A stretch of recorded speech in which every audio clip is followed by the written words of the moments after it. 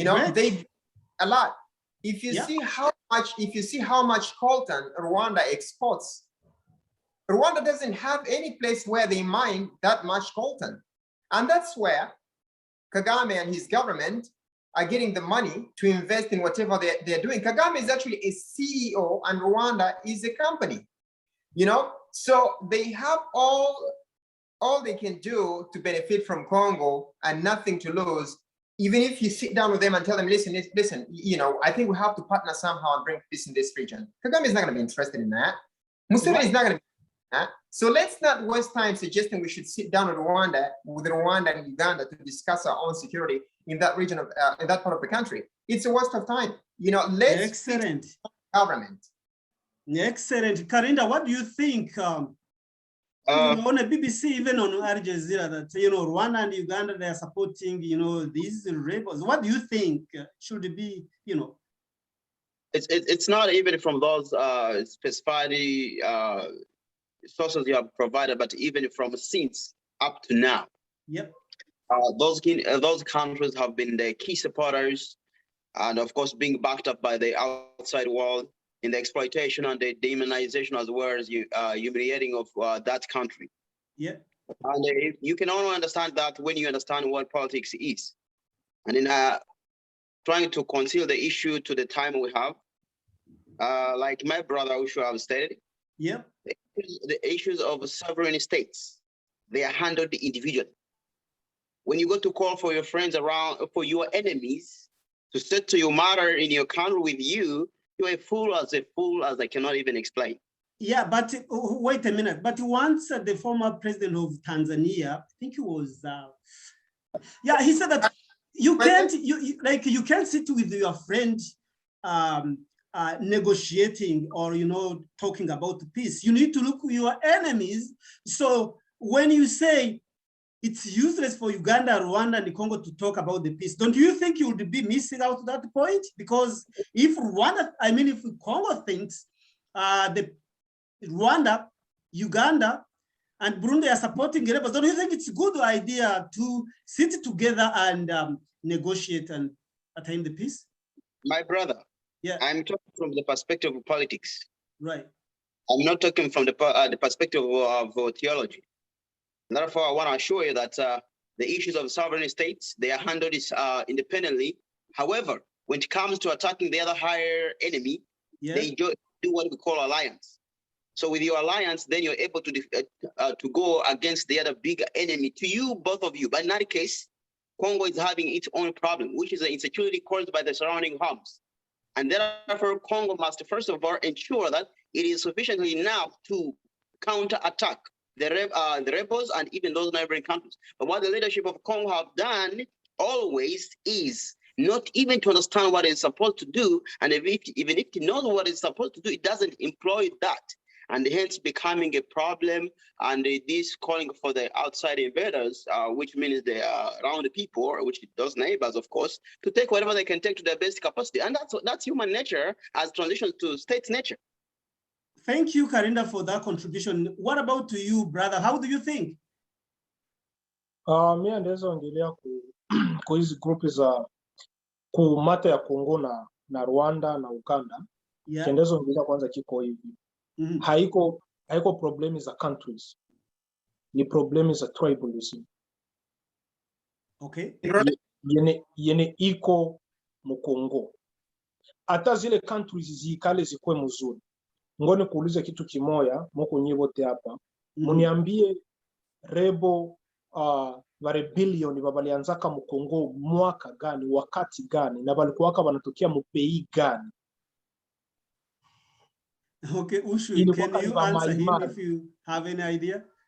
Ilikuwaka ni ba maimai. Ba maimai mbele ya vita kutosha Mobutu kukiti, kulianzaka vita ba maimai na basoda ba Mobutu. Nabo balikuwa Banyarwanda. Balikuwa baganda. That's a good question.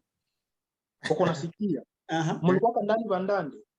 Mulikuwa ndani Bahunde. Mulikuwa ndani Babembe. 1996 wakati biko pale Sidi Kivu biko naua Munyamulenge banamkata kichwa banaitia kumuti. Ilikuwa ile wakati ya Bakagame. That's a good question. Probleme iliko mkongo ni kuanza maliza tribalism yeko ndani. Wakati wanakamata government inaacha inapatia watu liberte ya watu kutia tribalism towards ni tribe moya bachukie hii tribe muyue kama bakatoka kwa hii moya nabo bo peke batajianza amo mule. Kongo muko ndani tribe ngapi? So ni Kongo kwanza yo peke, security ya mkongo inapasha kuwa makali kubatu, hapana kubembeleza watu, kukuwa makali. Okay, good. That's good. Let's check at Ndungutse Eric. How are you? I don't think it's there. So, see, the brother there just nailed it. And we can all agree that the Congo peace doesn't come from neighboring countries. It's within Congo and the Congolese. Usho, I think it's been since 1996. It's been a long time. The country should have, been, stable, focused on, educating its people, feeding them, and do any other development. Yeah. Since then, how do you think it should be? Just to respond to my good brother Basana, he makes a very good point. The conflicts of that country, the rebellions, did not actually begin with Rwandans infiltrating into part of our territory, but it all began at least by a little bit before independence and after independence. And also, if you look at the way we struggled for independence, you should remember that the Bakongo created a political party they called ABACO, Association de Bakongo. That was a tribal political organization. They were not Rwandans, but these were Congolese who came up with their own political party that was just specific to their own tribe. That was a mistake, because if you look at people like Patrice Lumumba, Patrice, his party was a national political party. It was representing the entire tribes of the country. So I mean, I think he probably had a vision. If you see, I don't necessarily think the issue is a tribe issue, because if we also go back to the time of Mobutu, he did mention something about Itu and Fizi. He called them the Zone Rouge. Why did Mobutu refer to these two places as Zone Rouge? I mean, as we speak right now, they are the most tribal people in that country. If you look at the north, when you go to Ituri, where we have the Lendus and the Hema, well, things are not stable well. But the histories of these two places did not begin today. The Babembe are fighting the Banyamulenge down in South Kivu. When you go to Ituri, you're also fighting, there is war between the Tutsi Hema fighting with the Lendu. Those regions have been at war even during the time of Mobutu. But let me mention one thing, which I think points out a little bit. Right. What our country needs is political and security transformation. Our military is infiltrated. We have wrong elements in the military that you can't so much rely on FARDC to fight a war. Then you have the political establishment in Kinshasa that is so corrupt that they can't do anything. Let me tell you something. When you have people like Jean-Pierre Bemba vying for presidency, Bemba Saolona, his father, was involved in Congolese politics and economics even before 1960. His son is still vying for the seat. We see Laurent Désiré Kabila here, who fought for the entirety of his life. He was with the Babembe in Fizi, Ewa Bora, we all know the story. He wanted to oust Mobutu, it failed. He had to team up with Rwanda and Uganda. They overthrew Mobutu, but it wasn't a success. Why? We still had security issues. What the country needs is a clear establishment that I think the military has to be part of. We are so weak, we can't fight anything. And people are my goodness, how do we reconcile these two things? You are right. Karinda, what do you think about how can Congo start on its feet if enemy comes, crush them like the way they do in Rwanda or Uganda or Burundi? First of all, like I've always said, these days I'm no longer speaking in a perspective of theology. I'm speaking in the perspective of politics. That country, after tribes failing to work together, that country now, it needs a serious political entity, political government, which understands what politics deems them to do, and that is being responsible of their people under their country. And then they can make policies that are responsible for those people, those tribes to follow. You fail to follow the law, you were put under a certain punishment. That's it. Otherwise, the issues of just kubembeleza mkoa vile ninasemaka kila wakati haingali kuwa ya maana hizi masiku. Na ndio maana wakati naongelea watu nawaambia mimi sina mchezo tena yangali kucheza na nyinyi. Kwa sababu hii ni wakati ambaye inabidi tutumike na nguvu ili tuweze tukagombanisha. Kama haiko hivyo, ona magari hii wakati the hybrid cars, the only center now of the world. The whole world is looking at only Congo. Now you find that those tribes who are just even not having even a bicycle. A person doesn't have even a bicycle. Is still just fighting against the other one who doesn't also have a bicycle. When the government is just working like this, it's just like a failed home. A failed home without a father. Always, kids will fight. Kids will fight. That's the situation of Congo. So we need responsible government. Responsible government, which means this responsible government is instituting responsible military. Of course, remembering that policies and laws plus execution are very important. And then you see, others will just come to align with just making agreements with us and then work in an appropriate manner. Okay, thank you for your contribution. Eric, are you there? Okay, go ahead. There is one thing, and that is to do with the establishment. I do think we learned something during Mobutu's regime that at least lasted for 32 years. Right. And the reality is, I think Congo does not need any form of democratic government right now. What we need is a dictatorship. Because but if you no. If you say we need a dictatorship, Mobutu has been there as a dictator. Let me finish, bro. Okay, Mr. The host, you should first finish and exceed. The reason why I'm saying that is we should look at the accomplishments of President Mobutu, okay, since he took over in, I believe, 69, up to the time he lives in 96, 97, you know, whichever time. So, one, we reached a point where one Zaire was equal to $2, okay? We had multiple security agencies, many. And one of those agencies, my father and Basana's father, who is here, but you know, we're part of it, you know, the Garde Civile, which was like, you know, one of the last, you know, security agencies he created for border security. That was like the Homeland Security of Congo at that time. Right. You know, but he had a lot of these security agencies, and all those agencies were playing a role, from the Fantassin to the Paracommandos to the Garde Civile. He had a lot of these branches of the military, and there was a reason for that. Yeah. But today, look at how the country is. We don't know where we stand.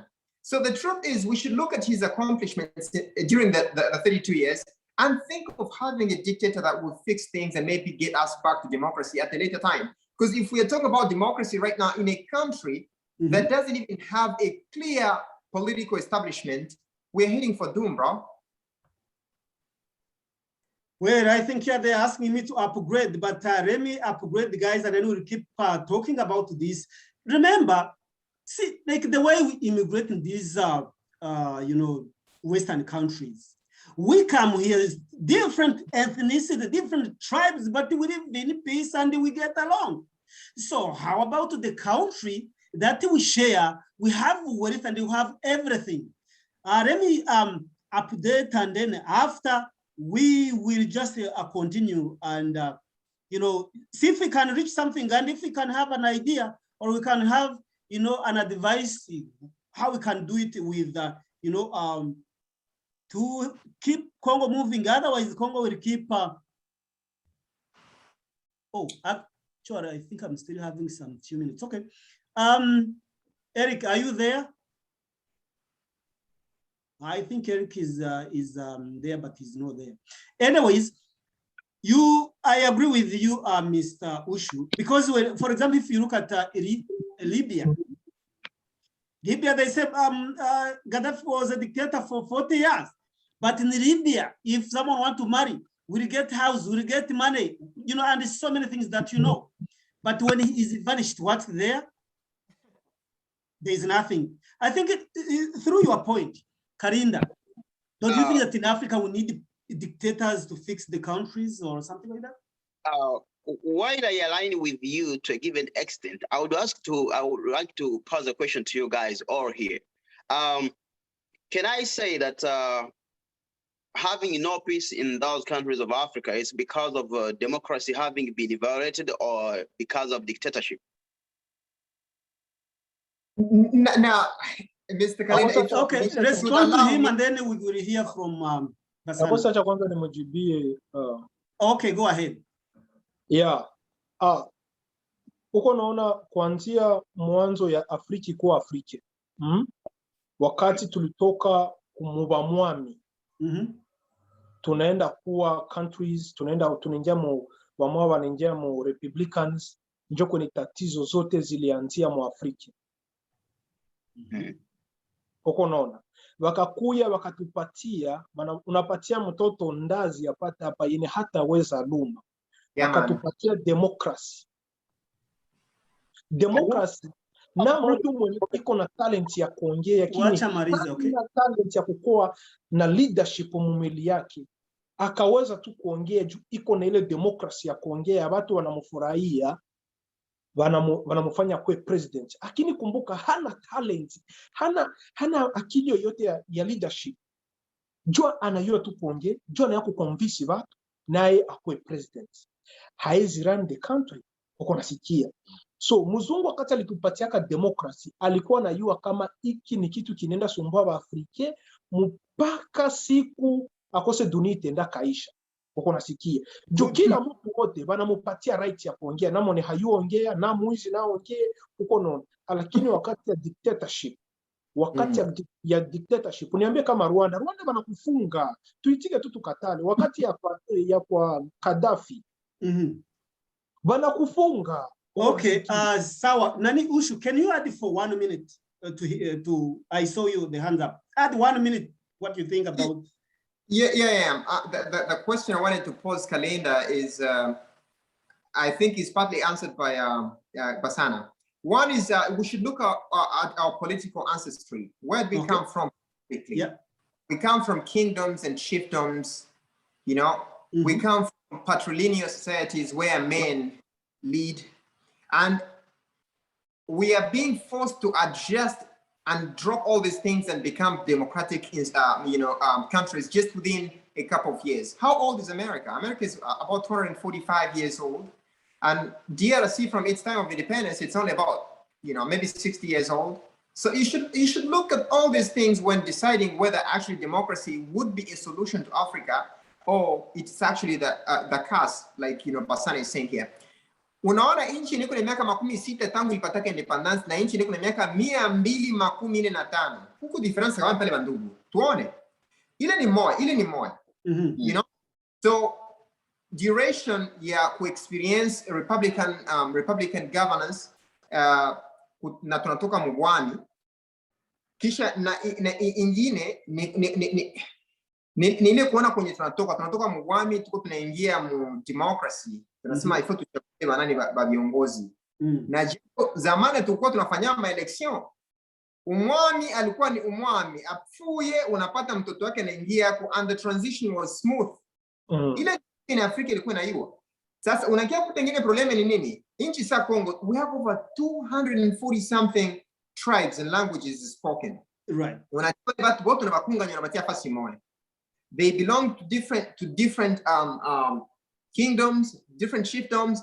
Bama wali Wagabutamo, for instance, Tabakonjo were divided into two. Ukiona Balulu, biko na what Uganda, bengine Balulu biko mu Congo, Mwami Moya, Banande vile. Those are mistakes. Ukiona Rwanda, mwene ba Mwami Ndeze na bengine, you'll find some portions of what was part of Ndeze is now in Rwanda. The Rudahigwas, ukiona zamani mu familia huko ba Mwami benye walikuwa na mafasi ni iko mu Congo sai. That affected us significantly. Tulikuwa affected sana na ile kitu. But Kama naanza hii niko nasema pani gongo, nikuulize vile juu ya nchi iko nateseka sai muhimu sikia tu kwa hapa Afghanistan. Afghanistan ni nchi yenye 4 years since their ancestors ni nchi ilikuwa ni Waislamu, na Islam haikuwa tu ase ni dini. Islam vile ilikuwa ni scholarship. Siko nasema scholarship ya kuenda soma. Scholarship inamaanisha usomi. I mean the science, their scholarship, nini ujuzi ya njia education, society na vitu sawa ilikuwa nayo ni Kiislamu. So Islam ilikuwa ni religion, ilikuwa ni culture na ilikuwa ni scholarship. Kisha mnaambia wale watu wafanye ni msiku mbili democracy. Banataka wale the mullahs, of provinces. Mutabati, they should now go through elections, whether they know the Quran or they do not know. Uko na create conflict. So I think it's very difficult for someone to just come from nowhere na kuanza to enforce democracy in places not knowing its history. We are dealing with people who are coming to force things on us who do not even know the continent. Unakuta mtu mwingine anakuambia say Africa and Somalia, Africa and Ethiopia, Africa and Ethiopia. What do you mean? Ethiopia is in Africa as a continent. So when you're having people seated in London, you have people seated in Washington, D.C. with zero knowledge of the continent, there is a mistake. So, Bush, the question is this. You are mentioning that those they just brought independence and they throw it there. But if you see South Africa, which got independent in 1994, except now that there is, this, killing the immigrants or refugees and whatever, but they got independent in 1994 and the country was stable. So the person who can compare South Africa and the Congo. Let me take you back to the history. If you want to discuss South Africa, let's go back to 1600. With the arrival of Jan van Riebeeck, the pushing people from places like the Orange Free State, to the northern parts of that country of South Africa, the current South Africa, right? The Boers established settlements. They bring cows and goats and they start farms and stuff. 1600. Mwaka 1600 wazungu wanashuka kule, wanaingia kule, wanafukuza watu weusi na vingine, right? Inaanza developments, let's say tuseme, wazungu walikuwa kule zamani, tuseme tukianza ma 1900, deja kulikuwa base ya economy ya South Africa yenye haikuwa controlled na mtu mweusi. So that white dominance, 20% of South Africa is white. Na vyote kuna South Africa haiko mtu mweusi anavifanya. Ni wale wazungu, the 20% of the white people living there are the ones doing whatever is in Africa today. So a big difference how we compare South Africa na Congo, yenye for almost a century, Belgium iko naiba vitu, iko naua watu, iko natumikisha watu. South Africa, these guys were just bringing neighbors, like relatives kutoka Netherlands, because wanashuka kule kusaidiana. There is a very big difference. I think we can't compare South Africa and Congo in any way. Okay, all right. Much as you look at its economy, South Africa still has a lot of human rights issues when it relates to Black people. Apartheid haikuishaka. Apartheid ilishaka maybe half of it, juu ingine ingali. Leo apartheid ineko ni economic apartheid. But we also hawana matele, hawana manyumba kuri, but maybe banateseka kule. So I don't think that country is actually what we see. Tunaonaka Africa